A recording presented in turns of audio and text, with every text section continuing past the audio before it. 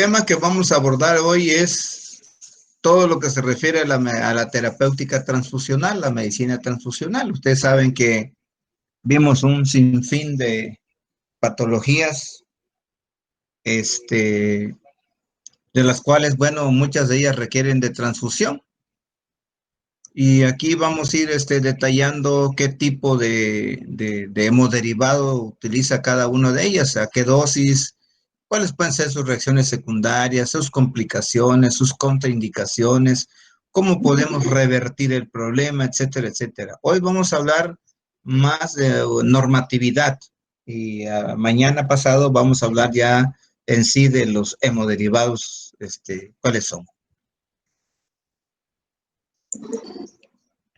Entonces, como definición de transfusión o hemoterapia se dice que es la administración de sangre o cualquiera de sus derivados con fines terapéuticos o preventivos. Aquí quiero hacer la aclaración de que la transfusión sanguínea no es un procedimiento definitivo. La transfusión sanguínea es temporal, el beneficio es temporal. En tanto se restituye o se regenera la hematopoiesis a los pacientes, si su vida está en peligro, si hemodinámicamente está inestable el paciente y hay que transfundirle, pues lo tenemos que transfundir. También no se debe de usar como rutina la transfusión sanguínea, es decir, todo paciente anémico es sinónimo de transfusión, tampoco. ¿Por qué? Porque existen otras condiciones en las cuales la anemia, la plaquetopenia puede ser tratada con medicamentos, con fármacos. Si yo les hablo de una anemia ferropénica, por ejemplo, si mi paciente no está descompensado, está hemodinámicamente estable, pues yo trato la causa de la anemia ferropénica y le administro su hierro. Y con eso es suficiente para que la hemoglobina empiece a subir, sin necesidad de transfundir. En el caso de una púrpura trombocitopénica o una anemia hemolítica, por ejemplo, autoinmune o de tipo inmune, igual. Verificamos la causa, le damos tratamiento farmacológico y se va corrigiendo el problema. En caso de que se fuese necesario una transfusión, pues sí, pero tendríamos que valorar el estado clínico hemodinámico del paciente. Sí, ok. La sangre es un bien escaso y no exento de riesgo, por lo que solo debe ser utilizado cuando su indicación es rigurosa, no de rutina. ¿Sí? Se tiene que valorar a quién se transfunde y a quién no se transfunde. La escasez se debe al bajo número de donantes. Cada vez hay menos personas que quieren donar sangre. O bien al aumento en las necesidades por la agresividad de la medicina actual. Ustedes saben que cada día hay más violencia, hay cuchillados, hay baleados, hay accidentados y cada vez la demanda de componentes de la sangre es mayor. Entonces se escasea muchas veces. Por eso se hacen campañas de donación altruista de sangre. Y por otro lado, a que no se dispone de un producto industrial alternativo, es decir, no hay un sustituto de la sangre, lamentablemente. Por más que la ciencia ha avanzado muchísimo, pues no hay quien sustituya la sangre. La sangre se sustituye con sangre, no hay de otra. ¿Sí? La pérdida de glóbulos rojos se sustituye con glóbulos rojos, ni con plaquetas, ni con glóbulos blancos, ¿sí? Ni con hemoglobina extraída del tabaco, por ejemplo, porque se han hecho intentos de obtener una hemoglobina y del tabaco se ha obtenido hemoglobina y de otras plantas se han obtenido hemoglobina, pero definitivamente no son compatibles con la hemoglobina de nuestro cuerpo, con nuestro organismo, ¿sí? O sea, ok. Sus riesgos se deben en gran parte a la posibilidad de transmitir infecciones.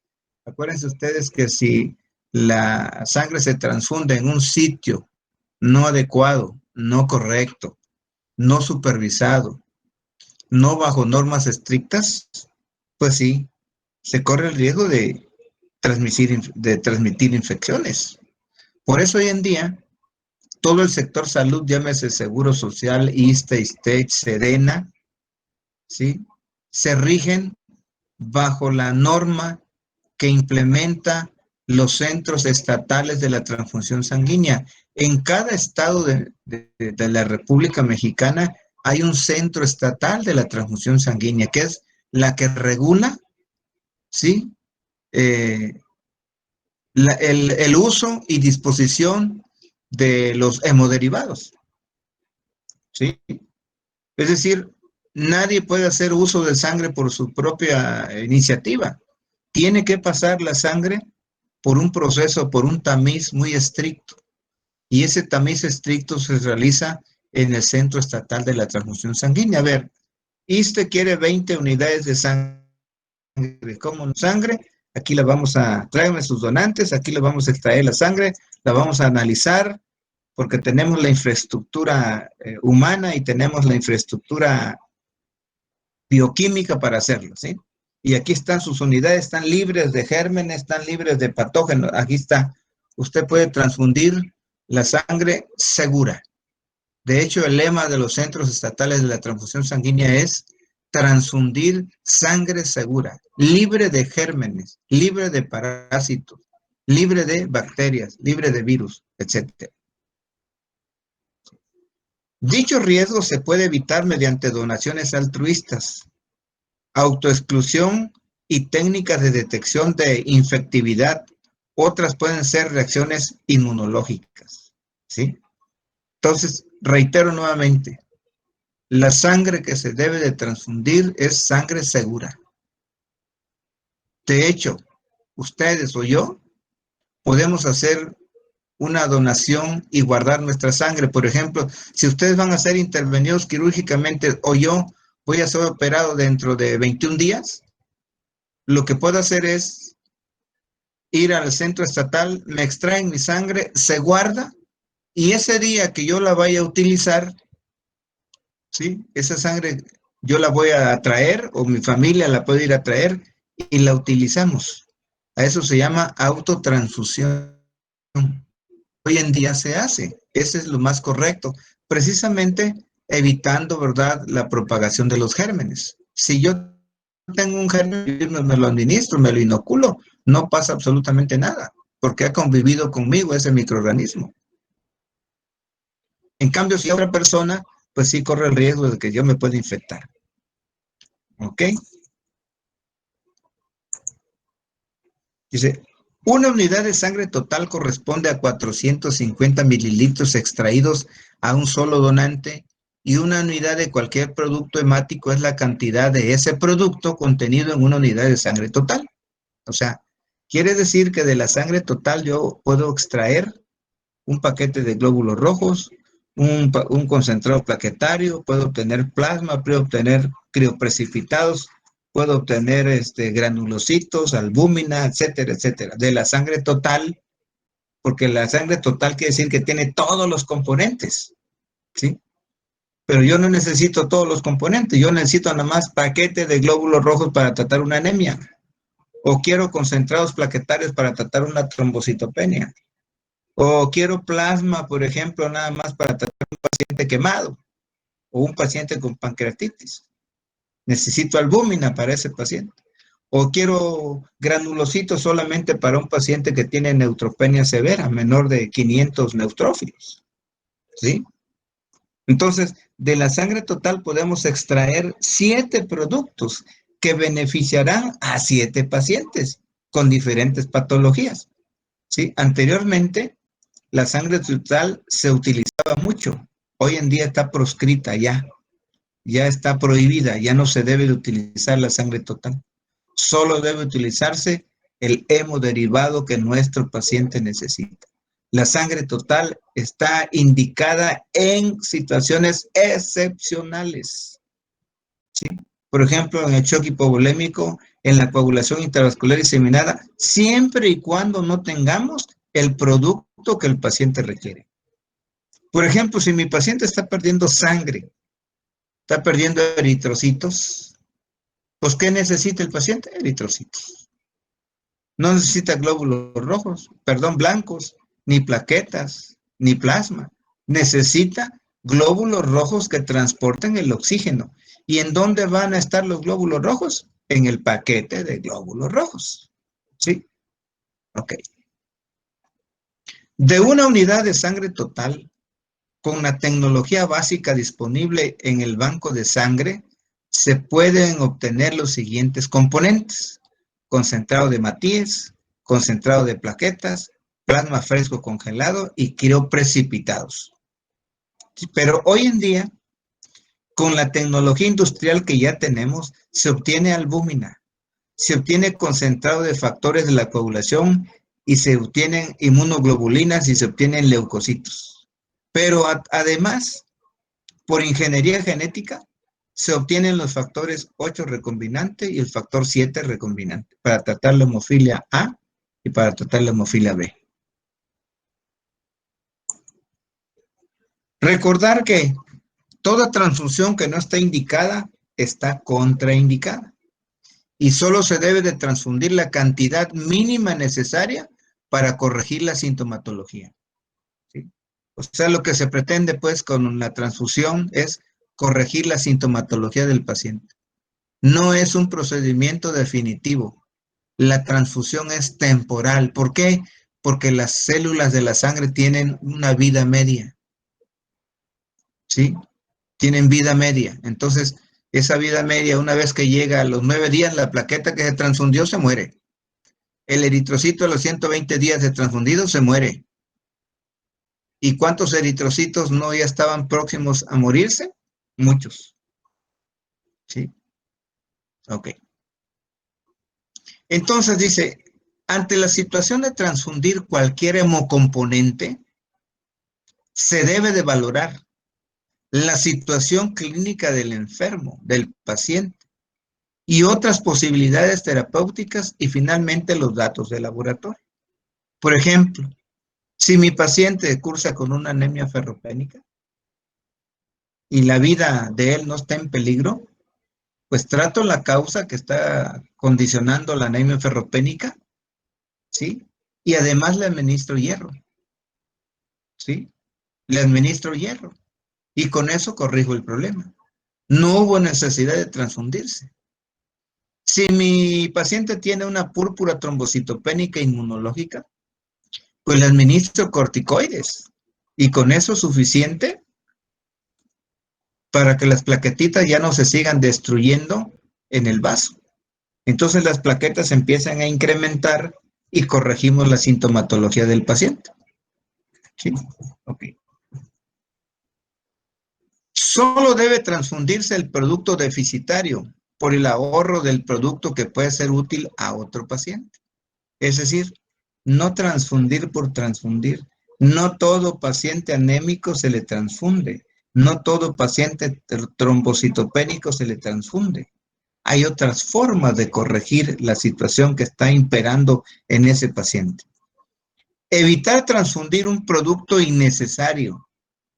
Un paciente con insuficiencia renal crónica, por ejemplo, que tiene 9 gramos de hemoglobina y no tiene sintomatología, pues ¿para qué lo transfundo? Sí, está anémico, correcto, pero esa anemia no le está generando sintomatología propia, ¿sí? Ese paciente ya se adaptó a su síndrome anémico. Con 9 gramos de hemoglobina es más que suficiente para vivir, ¿ok? Quiero decir pues con ello de que no toda anemia va a ser tratada, ¿verdad? Con paquetes de glóbulos rojos. No, sí, hay que irnos con mucho cuidado, ¿verdad? Pero hay que conocer, pues, todos estos detalles que estamos mencionando. ¿Sí? Entonces, evitar transfundir un producto innecesario y las reacciones adversas que éste puede producir. Hoy en día, con la actual legislación vigente, hay una legislación que rige la normatividad de los centros estatales de la transfusión sanguínea o de los bancos de sangre. Dice, es necesario que el médico informe al paciente sobre los riesgos y beneficios de dicho procedimiento. Es decir, la transfusión no deja de tener sus riesgos, de tener sus complicaciones, de tener sus reacciones adversas, sus reacciones secundarias, como todo procedimiento, ¿verdad? Entonces, ello lo podemos evitar a través de una hoja de consentimiento informado. Es un documento en el cual Se le explica al paciente, el médico le explica al paciente de cuál es su problema, de cuáles son los riesgos, de cuáles son los beneficios, ¿sí?, que va a tener a través de la transfusión de sangre. Y si está de acuerdo, lo tiene que firmar. Si no está de acuerdo, pues no lo firmará, pero sí le pedimos que manifieste con personas que funjan como testigos que no esté de acuerdo en recibir la transfusión. Caso específico, los testigos de Jehová. Los testigos de Jehová no reciben transfusión sanguínea. Entonces es un problema aparte.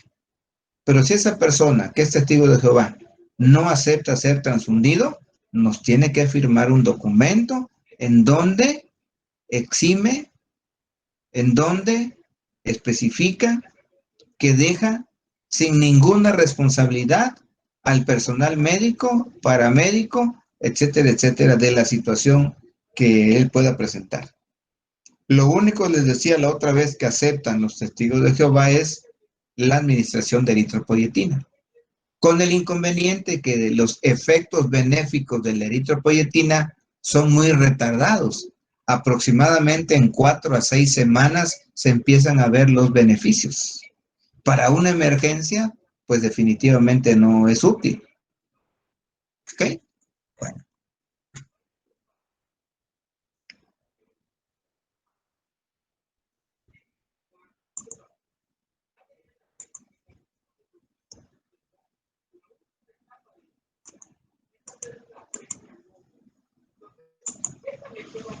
Ok. Antes de iniciar un proceso transfusional, le tenemos que determinar al paciente algunos aspectos. Les tenemos que determinar su grupo y su RH. Le tenemos que determinar al paciente que ese grupo y ese RH sean compatibles, ¿sí?, las del donante con las del receptor. Debe de haber una compatibilidad, ¿sí? Debemos de hacerle pruebas cruzadas, pruebas de compatibilidad, que nos ayuden a detectar anticuerpos pegados a los eritrocitos del paciente o bien libres en el plasma. Entonces, estas pruebas se tienen que hacer antes de transfundir sangre para asegurarse que los hematíes del donante sean compatibles con el suero o plasma del receptor, ¿sí? Comprende la determinación de los grupos AB0 y RH del receptor y el estudio de la presencia de anticuerpos irregulares en el suero del mismo. Vean, muy importante, existen grupos, ¿sí?, AB0, no ABO. El O no existe. Es grupo AB0, 0. ¿Por qué 0? Porque no tiene ni antígenos A ni antígenos B. ¿Sí? Entonces aquí tenemos 6, porque son positivos y son negativos. Y aquí tenemos 2, positivo y negativo. ¿Sí? Entonces, muy importante determinar que los grupos sean compatibles. Lo del donador con los del receptor, para evitar precisamente reacciones transfusionales. ¿Sí? Bueno, esas pruebas de compatibilidad también detectan anticuerpos irregulares.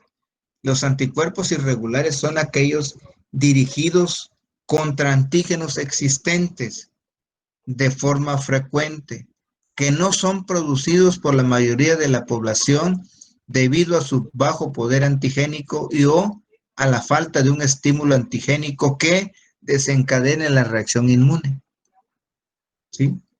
Otra función de las pruebas pretransfusionales o de compatibilidad es detectar anticuerpos regulares. Y como anticuerpos regulares entendemos que son aquellos que aparecen habitualmente en cualquier individuo que carezca de los antígenos correspondientes y son los del sistema AB0, que estos son los más frecuentes. ¿Sí? Ok. Otro estudio que se le hace a los pacientes que van a ser transfundidos es la prueba cruzada. Y con la prueba cruzada lo que determinamos es descubrir anticuerpos en el receptor contra antígenos del donante. ¿Sí?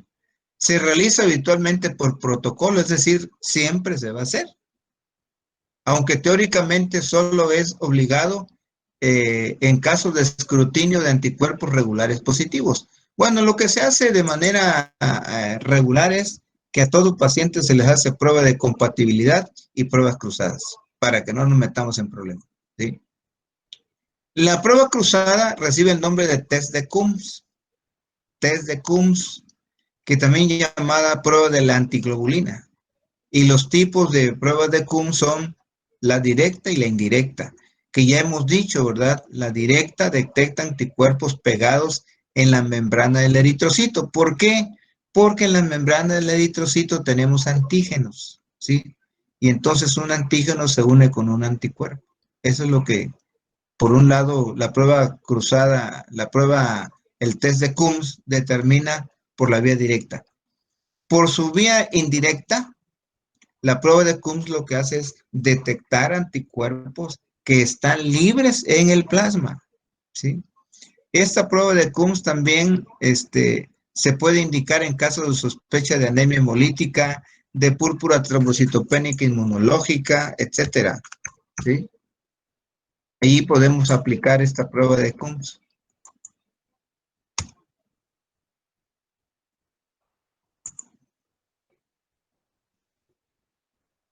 Ok, muy importante.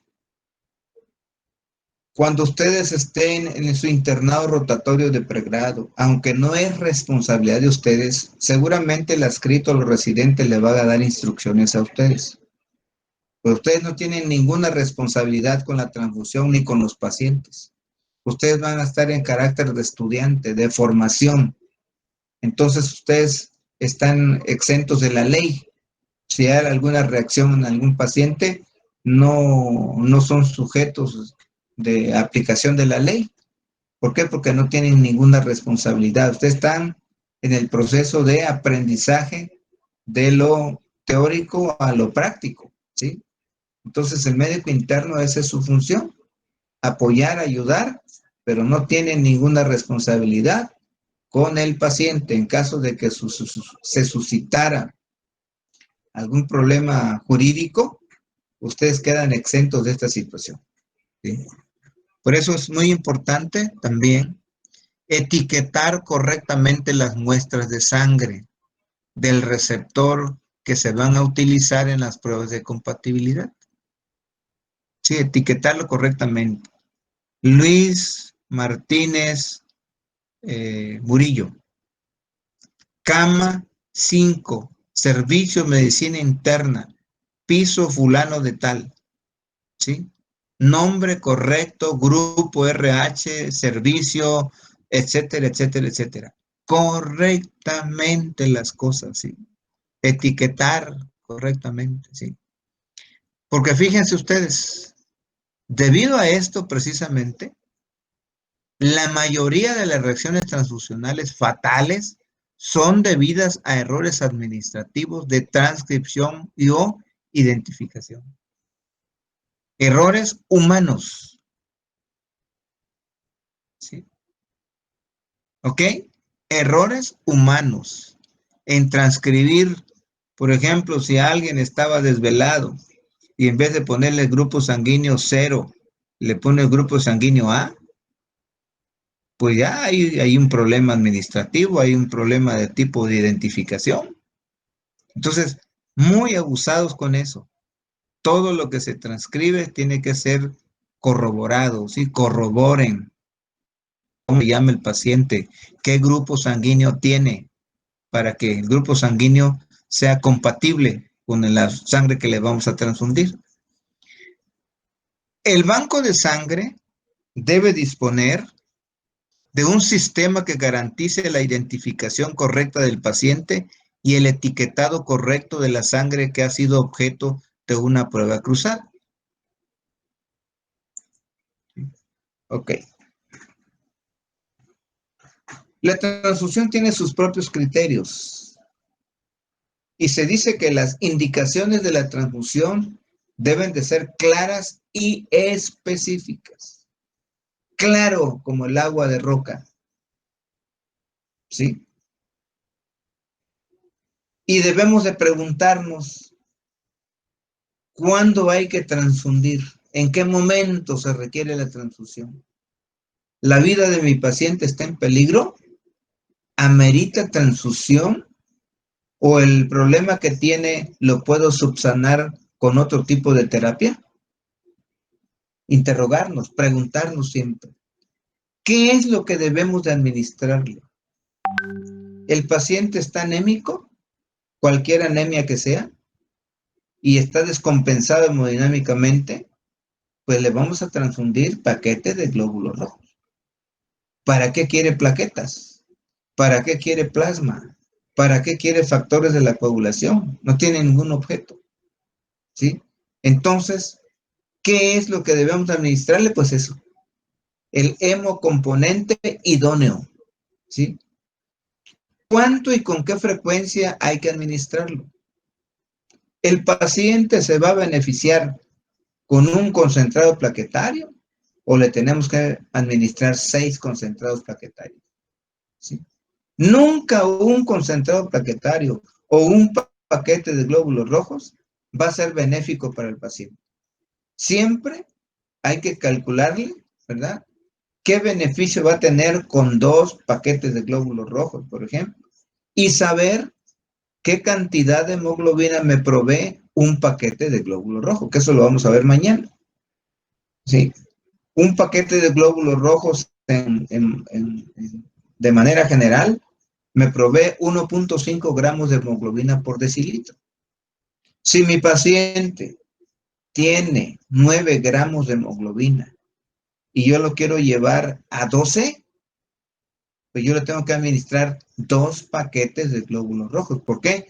Porque cada paquete me provee 1.5 y 1.5 son 3 más 9 son 12. Pues con 12 ya le mejoré sustancialmente la situación hemodinámica de ese paciente. Pero con uno prácticamente no le beneficiamos y sí le podemos perjudicar. Entonces siempre hay que buscar el beneficio del paciente. ¿Sí? Ok. Me gustó mucho estas interrogantes porque fueron escritas por esta persona, por el doctor Antonio Marín López, que es un hematólogo poblano mexicano, que fue hace muchos años secretario de Salud del Estado de Puebla y fue director general del Centro Nacional de la Transfusión Sanguínea. Y entonces él señalaba que las indicaciones de la transfusión son tan importantes como el saber elegir antibióticos correctamente. ¿Mm?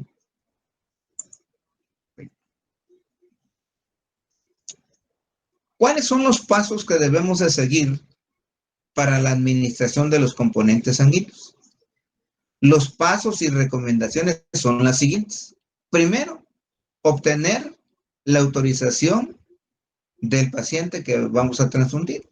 Y eso lo vamos a hacer a través del consentimiento informado para la transfusión, en donde le vamos a explicar los beneficios, los riesgos, las complicaciones que puede tener la transfusión.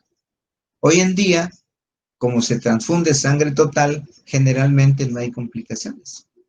¿Sí? Eso esperamos. Por eso, toda sangre debe ser proveída de los centros estatales de la transfusión sanguínea. Todo paciente que va a donar sangre tiene que ir al centro estatal de la transfusión sanguínea, porque ahí tienen la infraestructura, tienen la infraestructura física, humana, bioquímica, para llevar a cabo todos los procesos y poder administrar sangre segura, ¿sí? Entonces, muy importante el consentimiento, la autorización, pues, del paciente, ¿sí? Muy importante. Seguramente ustedes van a hacer este trabajo. Obtención de una muestra adecuada para los estudios de compatibilidad pretransfusional.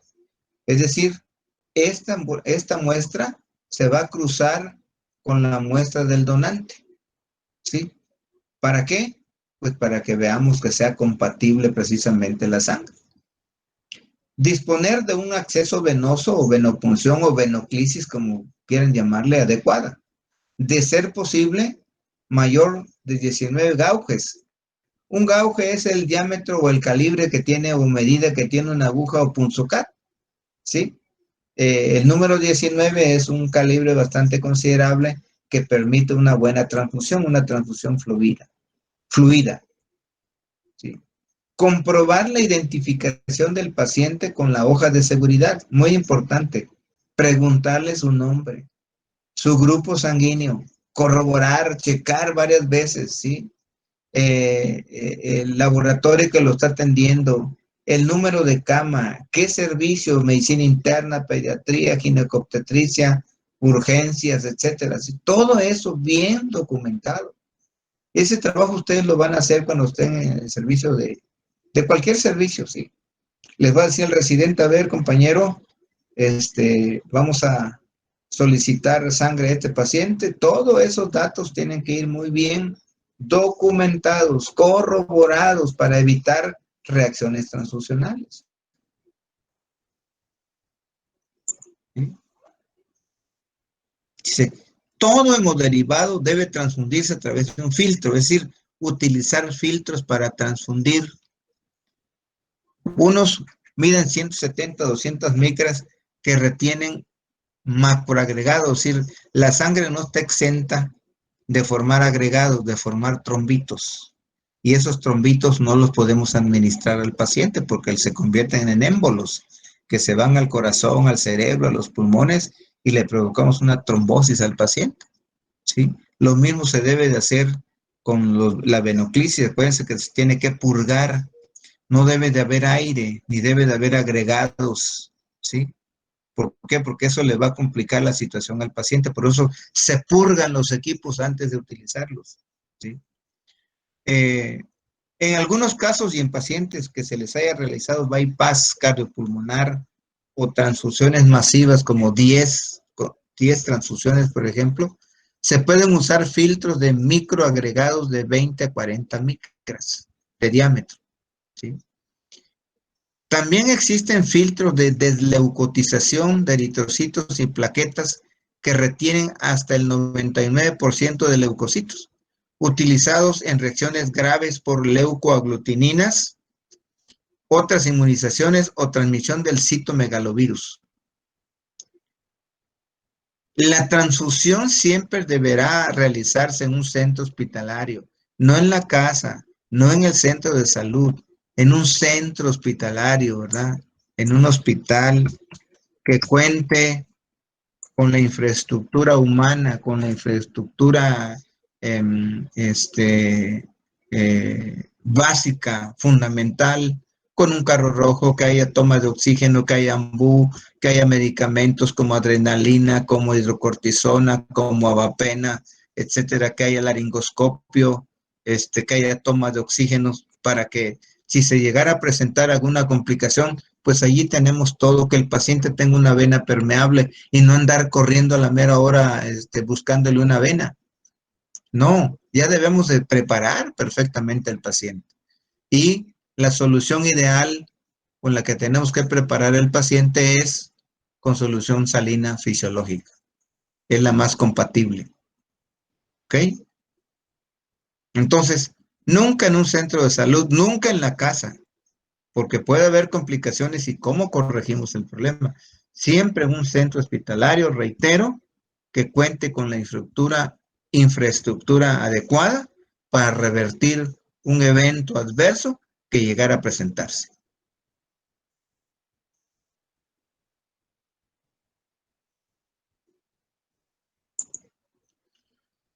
Previo a toda transfusión se tomarán y anotarán las constantes vitales, muy importante.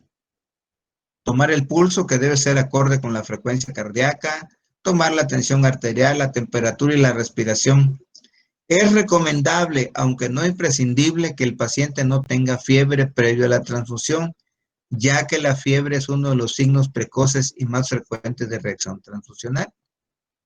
Sí, es muy importante que cuando estemos transfundiendo, estar junto a la cama del paciente, Los 10 primeros minutos de la transfusión y los 10 primeros mililitros de la transfusión, el médico tiene que estar ahí pegado a la cama del enfermo, preguntándole a ese paciente cómo se siente, si siente alguna molestia, si le falta el aire, si siente opresión, si se le hormiguea la lengua, etcétera, etcétera. En ese caso, si se llegase a presentar cualquiera de esas eventualidades, se suspende la transfusión inmediatamente.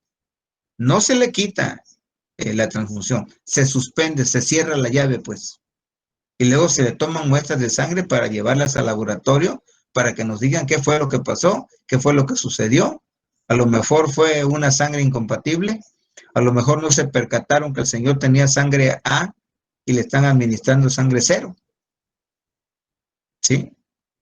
Porque son errores administrativos humanos en muchas ocasiones. Dice, el ritmo de administración habitual es de 500 mililitros de sangre total, 350 de concentrado de Matías para pasar en 2 o 3 horas, ¿sí? Pasándola más lentamente los primeros 30 minutos. Los primeros 10 minutos, miren, cuando un paciente es alérgico al pescado, a los mariscos, eh,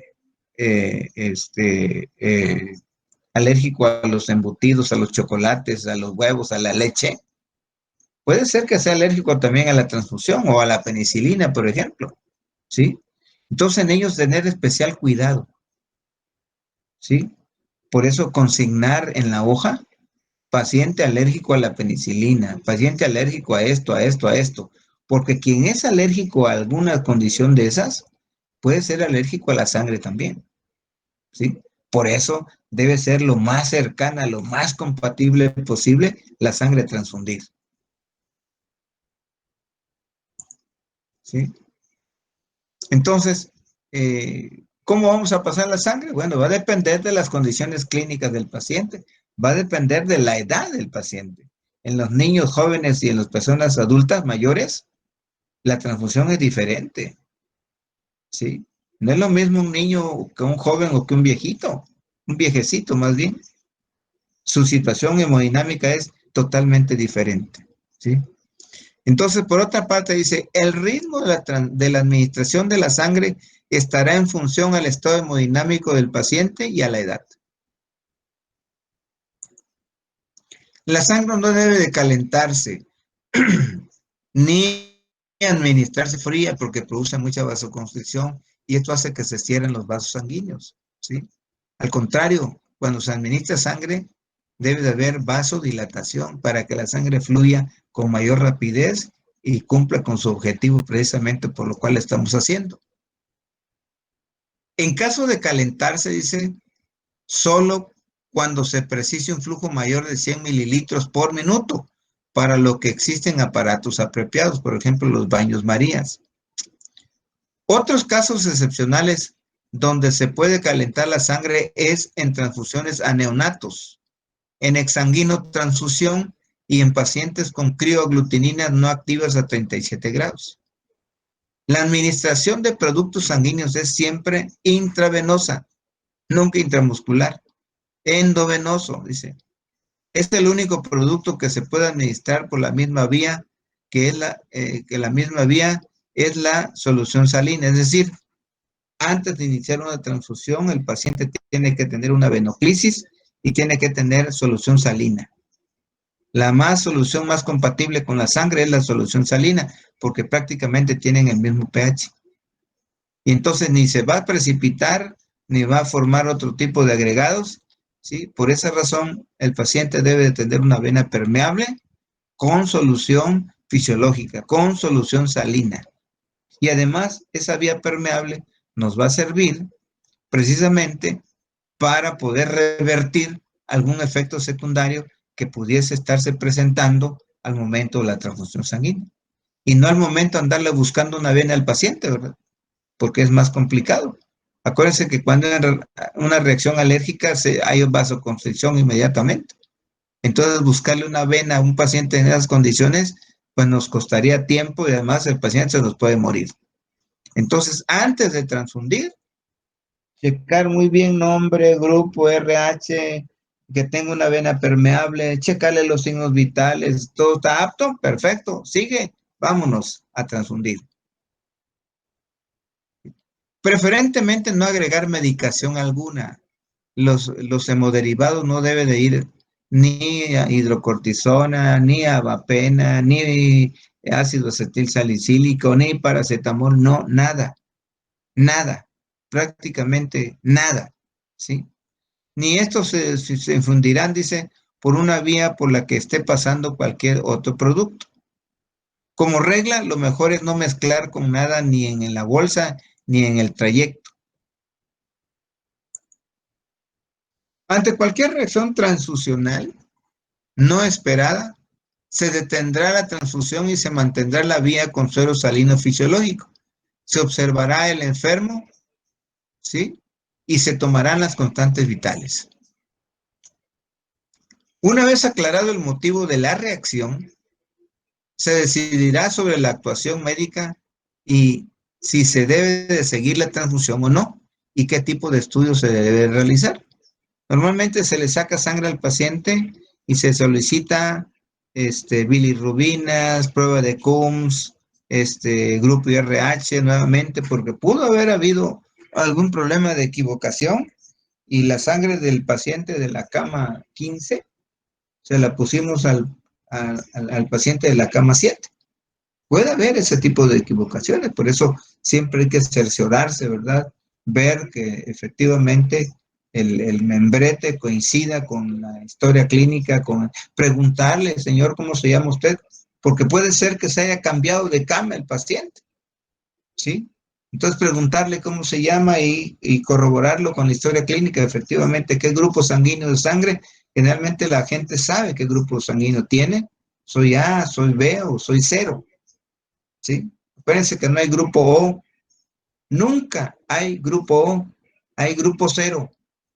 Lamentablemente es un término muy utilizado por el gremio médico, el grupo sanguíneo O. En realidad no existe, simplemente porque no tiene ni antígenos A ni antígenos B, por eso se llama grupo cero. A, B, cero. Positivos y negativos. Okay.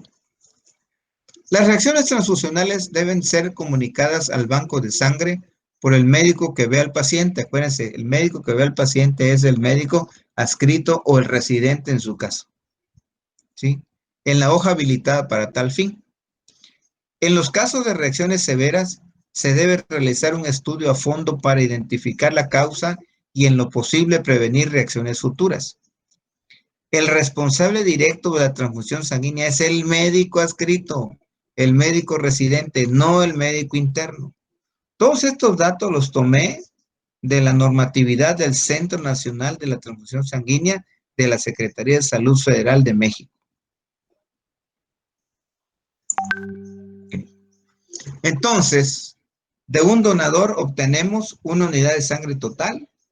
De esa unidad de sangre total obtenemos una unidad de plasma, que es contenido rico en proteínas, una unidad de paquete globular, una unidad de concentrado plaquetario, una unidad de crioprecipitados que tiene concentrado de factor 8 y factor 9, fibrinógeno, una unidad de albúmina y una unidad de leucocitos. Vean, anteriormente,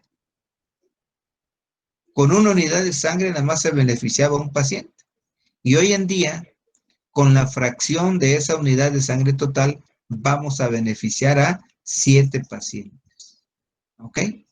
La sangre total únicamente se prescribe en un choque hipovolémico donde no haya paquete de glóbulos rojos, en la coagulación intravascular inseminada, ¿sí?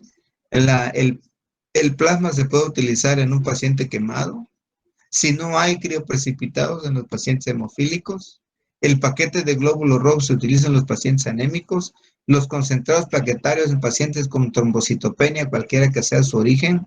Los crioprecipitados son específicos para la hemofilia A y la hemofilia B. La albúmina, por ejemplo, se puede utilizar para quemados o se puede utilizar en pancreatitis, por ejemplo, donde el paciente ha perdido muchos líquidos, ¿sí? Y los leucocitos, o sea, específicamente los neutrófilos, se usan en pacientes que tienen neutropenia severa. ¿Cuáles son los requisitos para donar sangre? Primero, tener una cédula de identidad obligatoria, que le tienen que hacer una historia clínica al paciente que va a donar. No haber tenido hepatitis después de los 10 años de edad. Tener entre 18 y 65 años. Un peso mínimo de 50 a 55 años, a 55 kilogramos. No tener gripe, resfriado, fiebre o síndrome de Raynaud. No haber ingerido bebidas alcohólicas en las últimas 12 horas. No uso de drogas, cocaína, heroína, marihuana, etcétera, etcétera, ¿sí?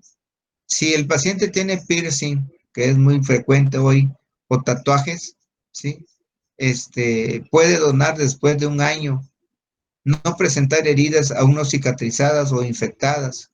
Para donar no hace falta estar en ayuno, ¿sí? En cualquier momento pueden donar. El plazo mínimo entre una donación y otra es de 60 días, ¿sí? Los hombres pueden donar cada 3 meses, las mujeres pueden donar cada 4 meses. Después de que donó el individuo, ¿cuáles son los cuidados? Esperar un mínimo de 1 hora para conducir vehículos en trayectos cortos y 2 horas para que realice viajes más extensos, más largos. No fumar al menos por 2 horas. Obviamente los pacientes que fuman son descartados para que sean donantes.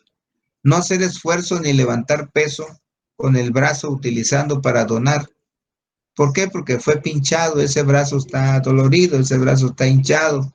Y si hacemos fuerza con eso, podemos provocar más hinchazón. No hacer ejercicio físico pesado en las siguientes 12 horas, ¿sí? O sea, en cualquier normatividad de cualquier país del mundo van a encontrar ese tipo de indicaciones. Bueno, vamos a dejar por ahí el tema. Mañana vamos a continuar, ¿sí? Con la transfusión sanguínea. Todavía estamos iniciando el tema, ¿ok? Si no hay algún comentario, alguna pregunta, nos veríamos mañana. Muchas gracias, doctor. Muchas gracias, doctor. Bueno, Hasta luego. nos vemos mañana. Hasta mañana, doctor. Hasta luego. Hasta mañana.